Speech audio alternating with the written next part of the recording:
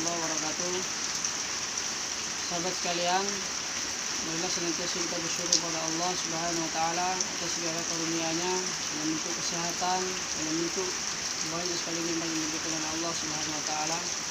Selanjutnya kita bersalawat kepada Rasulullah sallallahu alaihi wasallam, berharap agar senantiasa kita diberi syafaat nanti di yaumil akhir. Allahumma shalli ala Muhammad. Baiklah teman-teman sekalian, ada sebuah pertanyaan yang timbul,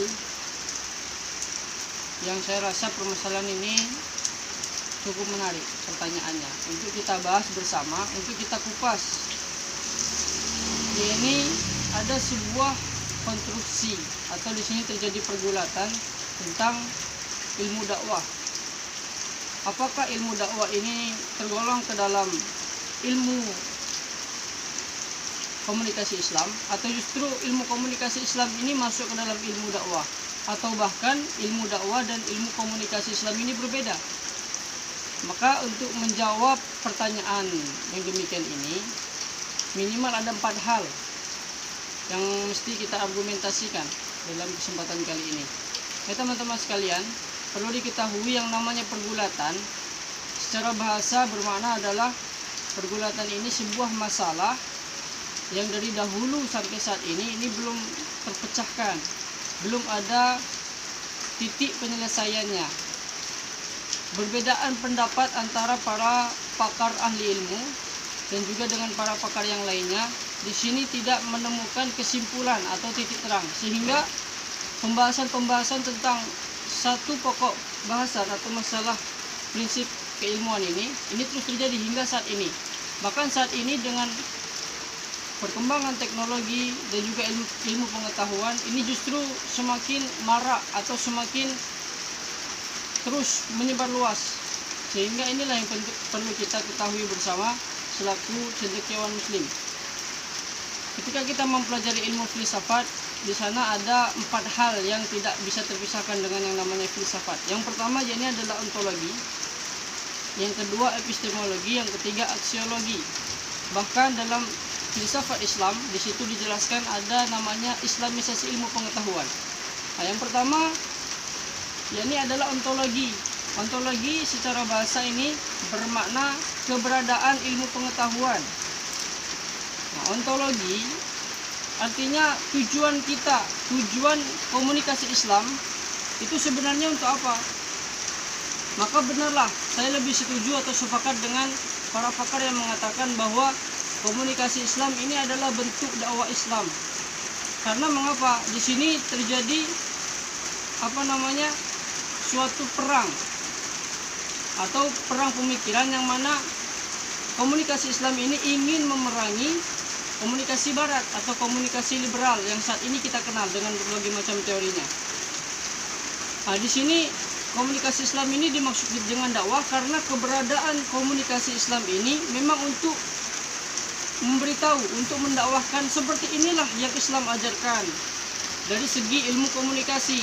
Jadi ilmu komunikasi yang selama ini mengajarkan kita mungkin tanpa etika, adanya intuisi atau kebenaran itu hanya mutlak milik Allah. Sekarang kita diajarkan bahwa komunikasi yang benar itu kebenaran hanya mutlak milik Allah Subhanahu wa taala. Kemudian yang kedua, di sini ada yang namanya islamisasi ilmu pengetahuan. Nah, ini adalah berkaitan erat dengan adanya ontologi ilmu komunikasi Islam. Mengapa?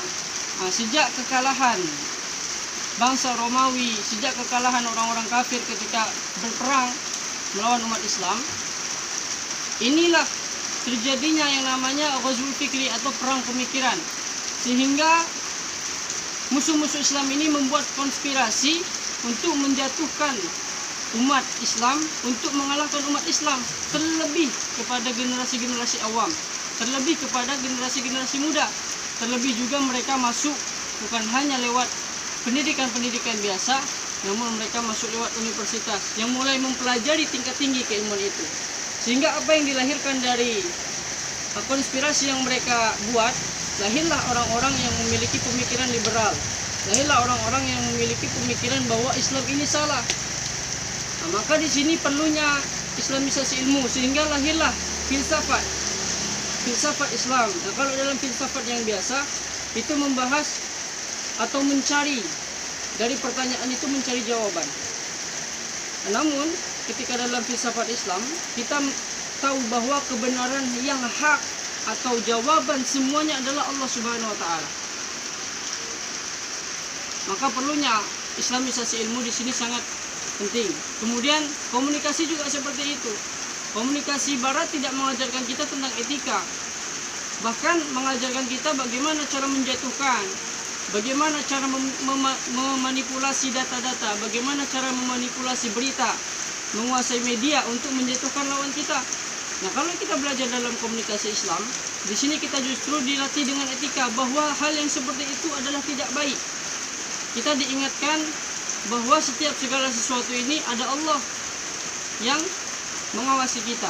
Kita diajarkan qaulan sadida, perkataan yang baik, qaulan tsaqila, perkataan yang berat, qaulan karima, perkataan yang mulia, dan lain sebagainya. Kemudian yang ketiga, selain islamisasi ilmu, di sini pentingnya ada epistemologi, ilmu komunikasi Islam. Nah, epistemologi ini apa? Epistemologi ini adalah sebuah landasan, sebuah dasar bahwa kalau dalam ilmu komunikasi yang biasa mereka lebih cenderung terhadap teori-teori atau pemikiran-pemikiran para ahli. Itulah dasar yang mereka ambil. Namun dalam ilmu komunikasi Islam, apa dasar yang mereka jadikan acuan? Yang pertama adalah